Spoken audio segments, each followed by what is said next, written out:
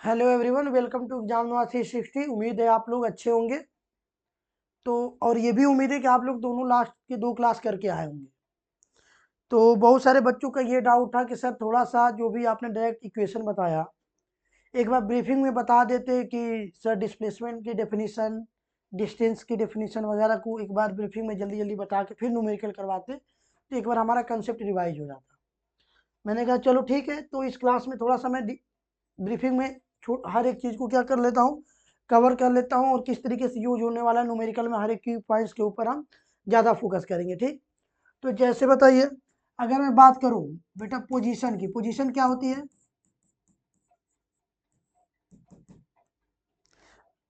Definition से पहले मुझे एक बात बताइए, अगर मैं रेस्ट पे हूँ, ठीक, अगर मैं रेस्ट पे हूँ तो क्या हर एक ऑब्जर्वर, मैंने एक वर्ड यूज किया ऑब्जर्वर, जो ऑब्जर्व कर रहा है उसको क्या बोलते हैं बेटा? ऑब्जर्वर, जो ऑब्जर्व कर रहा है, the person who is observing.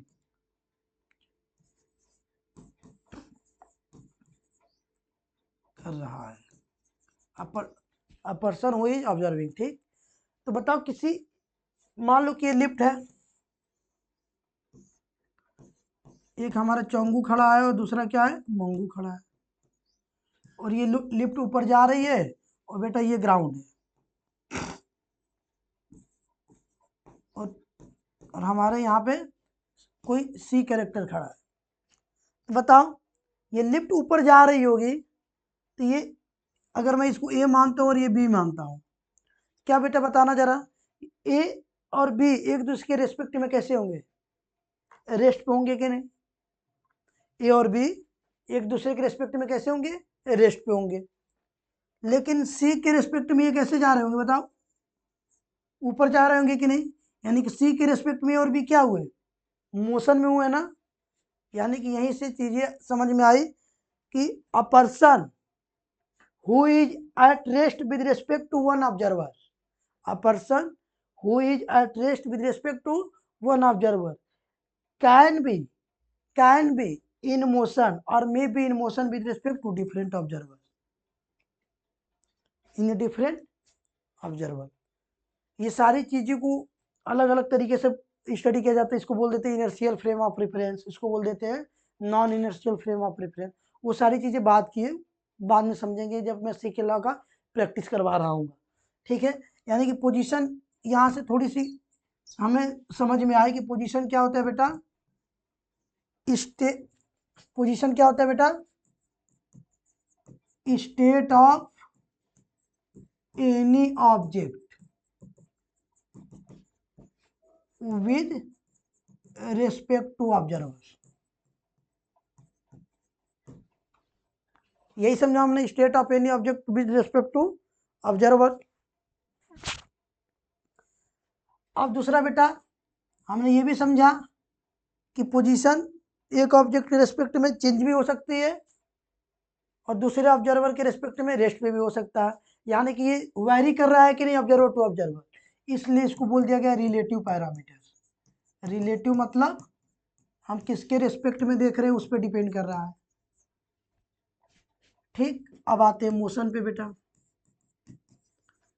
बताओ बेटा मोशन क्या होता है? मोशन क्या होता है?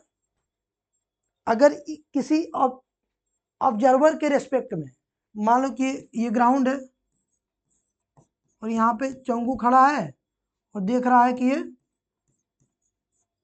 जीप जो है आगे जा रही है किसी स्पीड 10 मीटर पर सेकेंड से।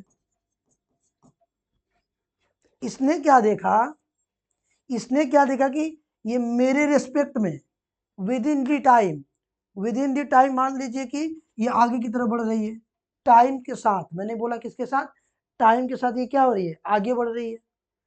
यानी कि इसका स्टेट बार बार चेंज हो रहा है कि नहीं? तो इसका पोजीशन लगातार चेंज हो रहा है ना, किसके साथ? टाइम के साथ। तो इसी को बोल दिया गया मोशन। क्या जरूरी है, मान लीजिए कि यहाँ पे इसी कार में 2 लोग बैठे हों, क्या उनका पोजीशन चेंज हो रहा होगा एक दूसरे के रेस्पेक्ट में? बिल्कुल नहीं। यानी कि ये भी डिपेंड कर रहा है ऑब्जर्वर के पर्सपेक्टिव पे कि ऑब्जर्वर बाहर है कि ऑब्जर्वर क्या है, अंदर है। इजिप्ट के अंदर। मतलब यहां से समझ में आया कि मोशन क्या है बेटा, if position of any object changes with respect to, WRT का मतलब with respect to observer with progressing time. Progressive मतलब टाइम के साथ, प्रोग्रेसिव टाइम। तो उस ऑब्जेक्ट को क्या बोल रहे होगे, then this object will be motion. ठीक, अब मैंने बोला कि जरूरी नहीं कि इसके रेस्पेक्ट में ये मोशन में है, तो इन दो जीप के में जो बैठे हैं दो अलग अलग इंसान, वो भी एक दूसरे के रेस्पेक्ट में मोशन पे होंगे, रेस्ट पे है ना। जैसे ये लिफ्ट का केस दिया था अभी मैंने, ये एक दूसरे के रेस्पेक्ट में कैसे हैं, रेस्ट पे है, लेकिन बाहर वाले के लिए कैसे है बताओ बेटा, मोशन में है कि नहीं। यानी कि मोशन भी एक तरीके क्या हुआ बेटा, रिलेटिव पैरामीटर हुआ।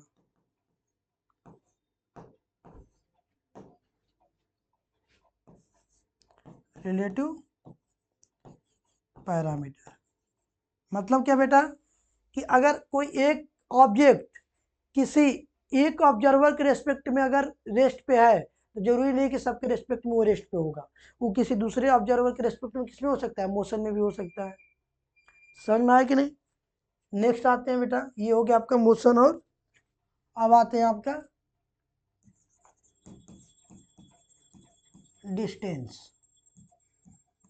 And displacement. Distance and displacement, ठीक है ना। डिस्टेंस क्या होता है बेटा, total path length travel by any object in any direction. किसी भी डायरेक्शन में जो भी पाथ लेंथ ट्रेवल किया गया होगा उसको क्या बोल देंगे, डिस्टेंस बोल देंगे। किसी भी डायरेक्शन में, क्या डायरेक्शन फिक्स है, नहीं, इसलिए बेटा डिस्टेंस क्या हो गया हमारा, स्केलर हो गया। तो बेटा डिस्प्लेसमेंट क्या होता है, ये क्या है बेटा, क्या लिखा मैंने, ध्यान देखना, shortest path between initial and final position. पहली बात ये इंपॉर्टेंट, पहला क्या है बेटा, shortest path between initial and final position. Second है it is the straight line. Displacement क्या होगा, एक स्ट्रेट लाइन होगा from initial to final position. यानी कि यहाँ पर डायरेक्शन मैटर किया कि नहीं बेटा, बताओ।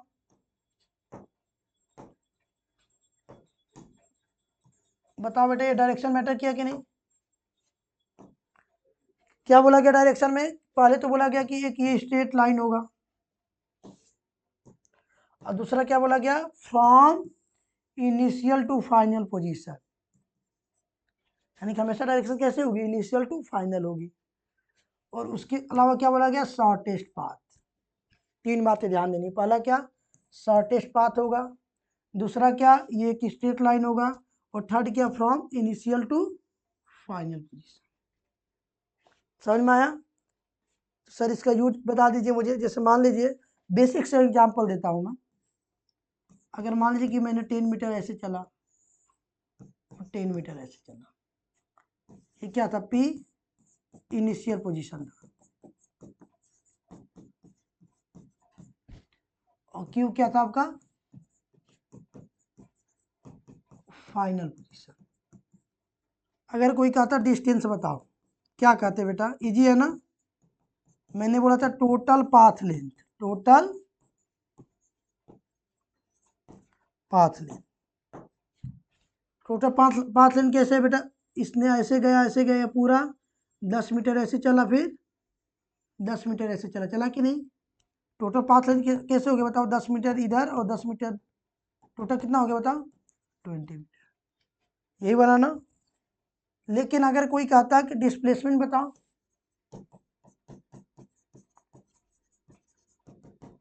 अभी हमने बताओ जरा डिस्प्लेसमेंट क्या पढ़ा था?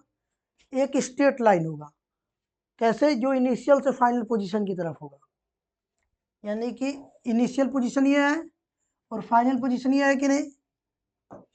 तो बेटा इनके बीच का क्या बना लो? एक स्ट्रेट लाइन बना लो। ये हो गया आपका डिस्प्लेसमेंट।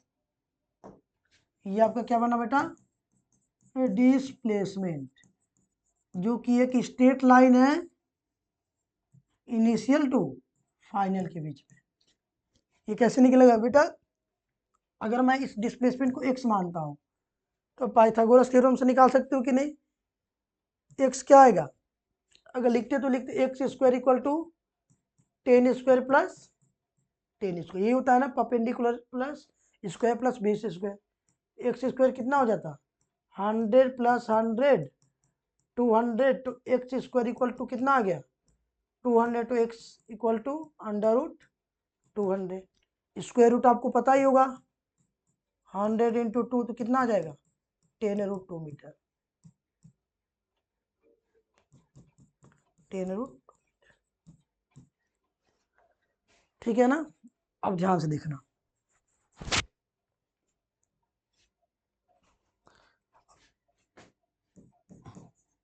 अब थोड़ा समझते हैं types of motion.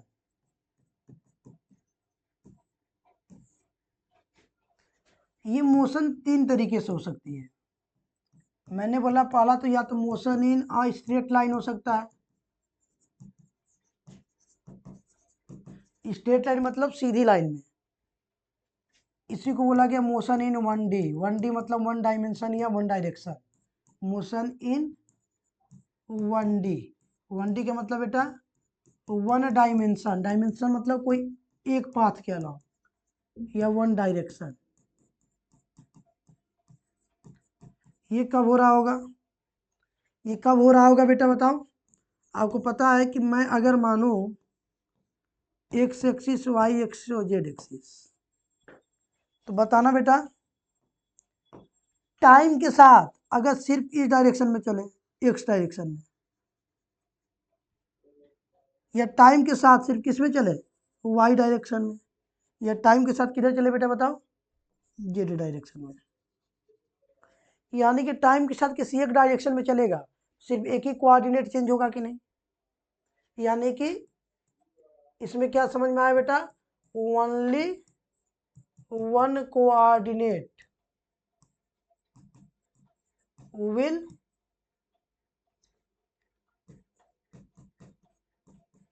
change with progressing time।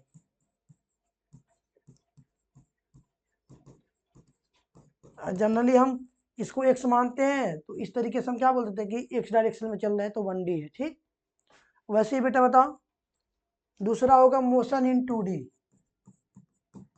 Motion in a plane, या इसी को बोला गया मोशन इन 2 डायमेंशन या 2 डायरेक्शन। मोशन इन 2D मतलब 2 डायमेंशन। क्या होगा बेटा मोशन इन 2 डायमेंशन? बताओ जरा बताओ। मान लो कि एक्स और ये क्या है? वाई है।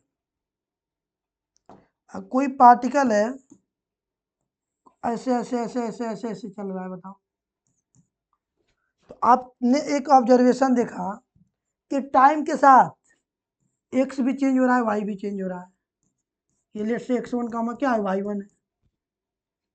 टाइम के साथ एक्स भी चेंज हो रहा है, वाई भी चेंज हो रहा है। तो कितने कोऑर्डिनेट चेंज हो रहे हैं? 2। क्यों?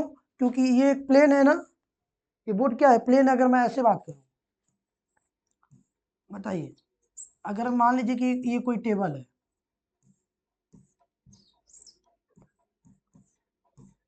ये टेबल है मान लीजिए, और टेबल में कोई सीधे चल रहा है या कोई ऐसे चल रहा है, तो क्या बोलोगे?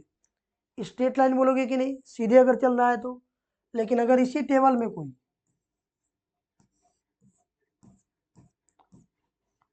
कोई ऐसे ऐसे चलता था, बताओ दोनों कोऑर्डिनेट चेंज हो रहे हैं कि नहीं?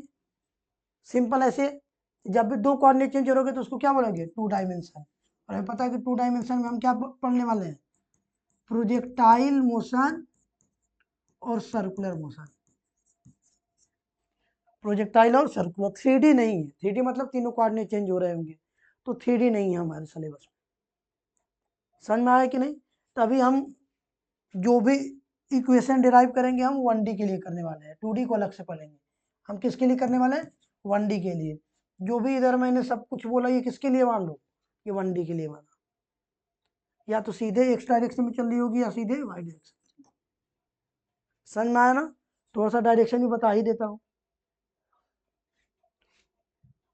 डायरेक्शन भी बता ही देता हूँ मैं। मान लीजिए कि ये कोई खड़ा है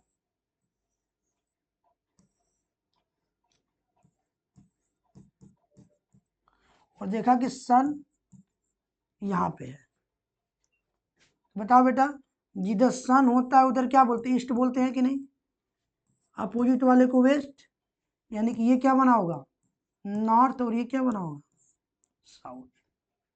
सामने वाले को सामने वाले सन ही होता है ना, और सन किस डायरेक्शन में होता है? ईस्ट में राइज करता है, ठीक है कि नहीं? यानी कि हम कभी भी जैसे बनाते हैं हम बेटा कि ये नॉर्थ है, ये ईस्ट है, ये साउथ है और ये वेस्ट है, तो हम ये नहीं मान लेते कि नॉर्थ ऊपर है। क्या सर के ऊपर है नॉर्थ? हम एक प्लेन में दिखाते हैं ना, ये वही तो प्लेन है जिसको हम, इस प्लेन को अगर ऐसे कर दूं मैं, जैसे ये है, जैसे ये नॉर्थ ऐसे दिखाया मैंने, ईस्ट ऐसे दिखाया, साउथ ऐसे और वेस्ट ऐसे। क्या नॉर्थ ऊपर है? नहीं, नॉर्थ ऐसे होगा ना, ये प्लेन है ना। मान लीजिए कि मेरे लिए सन यहाँ पे है, तो ये ईस्ट हो गया मेरे लिए इस प्लेन में, और ये क्या हो गया? ऊपर की डायरेक्शन होगी। क्या होगी? ऊपर की डायरेक्शन। तो ये हो गया आपका, ये हो गया अप, और ये हो गया डाउन। सर इसका यूज क्या है? अभी दिखाता हूँ, अभी दिखाता हूँ इसका यूज। जैसे अगर मैं कहूँ कि सर इक्वेशन दो, a particle is moving along a straight line, along a straight line in such a way that he moves 10 meter in east, 10 meter in east direction, then 10 meter in north direction, and then 20 meter in upward direction, then what will be the total distance and displacement?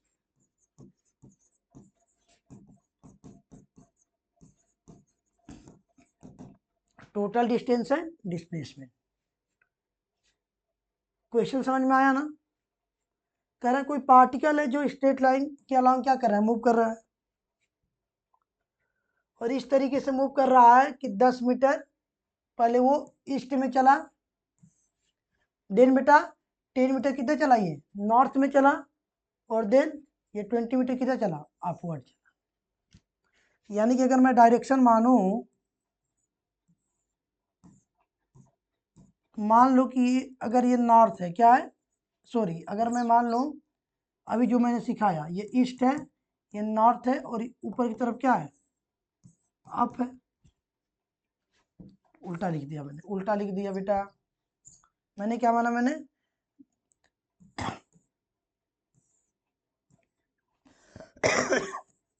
North east south और north east south और waste. मैंने बोला 10 metre कैसे चला, ये table याद है ना, अभी समझाया था मैं, ऐसे करके होगा। बताओ तो 10 मीटर कितना चल रहा है, बताओ 10 ही है ना, 10 मीटर ईस्ट में। फिर 10 मीटर कितना चल रहा है बताओ, ऐसे चल रहा है कि नहीं, 10 मीटर, 10 मीटर ऐसे चल रहा है ना नॉर्थ की तरफ, तो कितना हो गया बताओ नॉर्थ, और उसके बाद 10 मीटर यहाँ से ऊपर चल रहा है, ऐसे 10 10 और 10 ऐसे ऊपर करके। और हमसे पूछा है कि टोटल डिस्टेंस बताओ, बताओ कितना चला होगा। 10 चलाइए ईस्ट में, 10 चलाइए नॉर्थ में, और 20 चलाइए अपवर्ड, 20 है, कितना डिस्टेंस हुआ होगा बताओ। टोटल पाथ लेंथ, यही पढ़े हो ना, टोटल पाथ लेंथ। तो 10 इसने चला ईस्ट, और 10 कितना चला नॉर्थ, और 10 चला 20 चला आपका अपवर्ड में, कितना हो गया 10 + 10 + 20 यानी कि 40 मीटर। प्रॉब्लम आएगी आपके डिस्प्लेसमेंट की कैलकुलेशन में, ध्यान से देखना। मैंने बोला कि सर 10 इधर चला, 10 इधर चला और 10 ऊपर चला, देख रहे हो ना, मतलब इस प्लेन से ऊपर चला है 20। तो ये कितना है 10 मीटर, ये भी कितना है 10 मीटर। डिस्प्लेसमेंट क्या होता था बेटा, क्या बोला था, इनिशियल और फाइनल के बीच क्या है कि स्ट्रेट लाइन।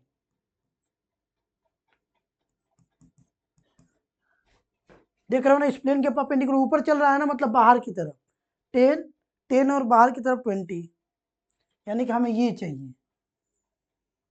अब ये कैसे निकालोगे बेटा, हमें पता है कि ये लाइन जो है इस प्लेन पे परपेंडिकुलर है, और हमें ये भी पता है कि ये 10 है और ये 10 है, तो बेटा दोनों डायरेक्शन एक दूसरे के परपेंडिकुलर है ना, दो डायरेक्शन एक दूसरे के, देखो इधर देखना, ये 10 और ये 10, तो ये जो डायगोनल बना ये कितना बना, हाइपोटेन्यूस से निकाल लोगे, फिर यहाँ से ऊपर चला है 20 metre.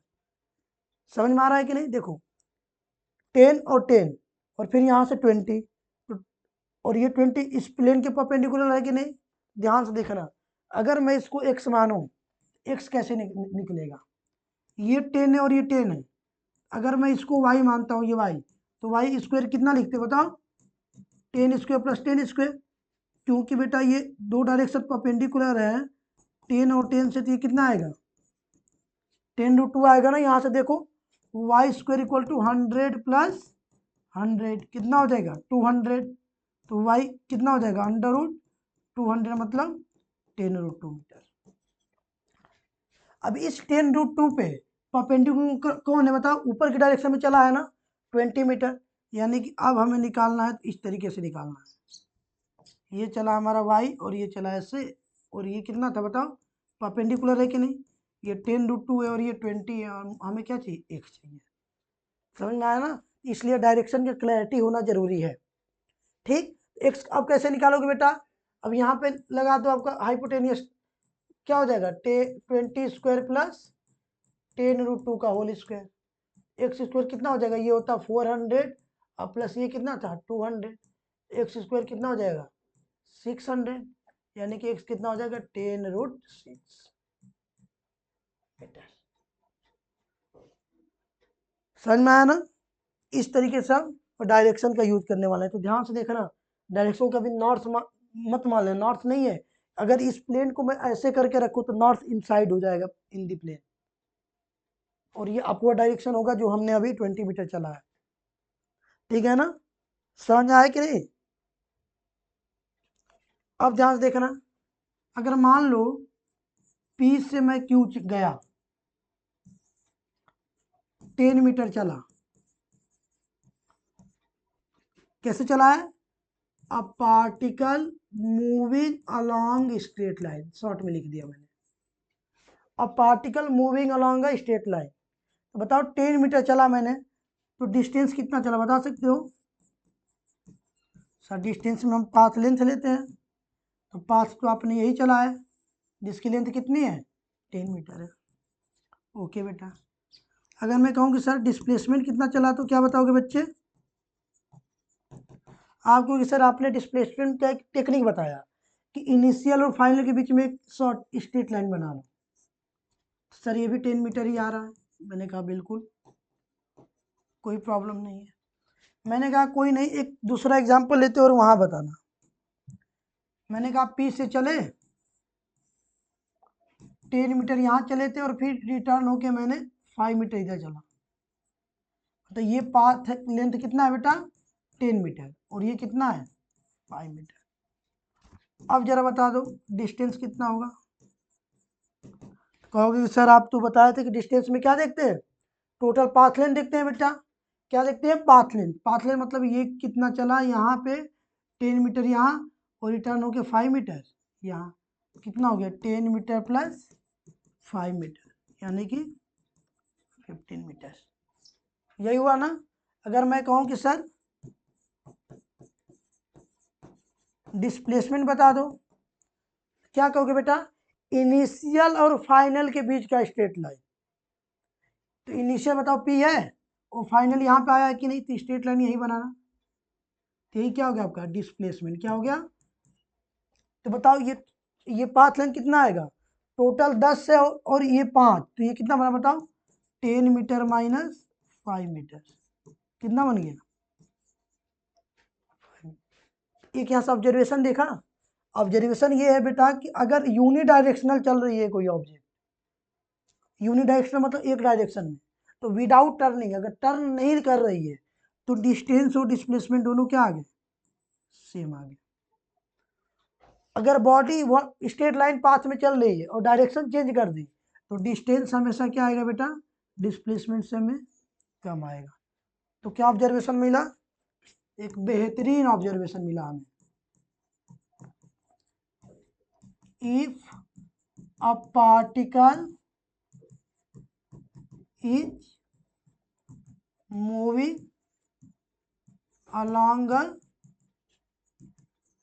straight line, moving along a straight line, then पहला distance equal to displacement कब होगा बेटा, बताओ कब होगा।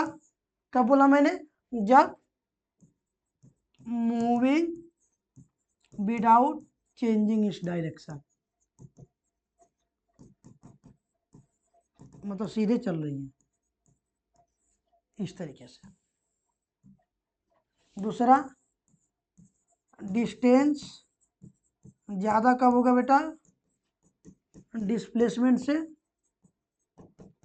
ऑब्जेक्ट टर्न्स इस डायरेक्शन, ऑब्जेक्ट ने क्या कर लिया, डायरेक्शन चेंज कर लिया। जो अभी मैंने एग्जांपल दिया था, ऐसे चल रही है और टर्न होकर यहाँ आ गई, यानी कि एक ऑब्जर्वेशन इन दोनों से क्या मिला, इधर distance will greater than displacement और equal to displacement, equal to displacement. ठीक है, तो मैं डिस्क्रिप्शन बॉक्स में इससे रिलेटेड क्वेश्चन डाल दूंगा, उसको जरूर ट्राई करना। इस क्लास में अभी इतना ही। नेक्स्ट क्लास में मैं velocity, acceleration, uniform, non uniform सब ऐसी क्विक जल्दी जल्दी रिवाइज करवा दूंगा, और फिर जल्दी से हम इसके न्यूमेरिकल पार्ट पे आ जाएंगे। ठीक है, ओके, अच्छे से पढ़िए, मस्त रहिए, और टाइम सेव करने की ट्राई करिए अगर आप क्लास 10th में है तो, क्योंकि आपका बोर्ड भी है। ठीक है, बाकी मैं 10th का मैं इलेक्ट्रिसिटी पोर्शन भी स्टार्ट करूंगा, जितना जल्दी हो सके सिर्फ प्रैक्टिस करवाऊंगा मैं। ऐसे ब्रीफिंग में आपको थोड़ा सा ब्रीफ करता चलूंगा, और मैं न्यूमेरिकल पोर्शन पे जल्दी आने वाला हूँ। ठीक है, ओके, चलिए बाय।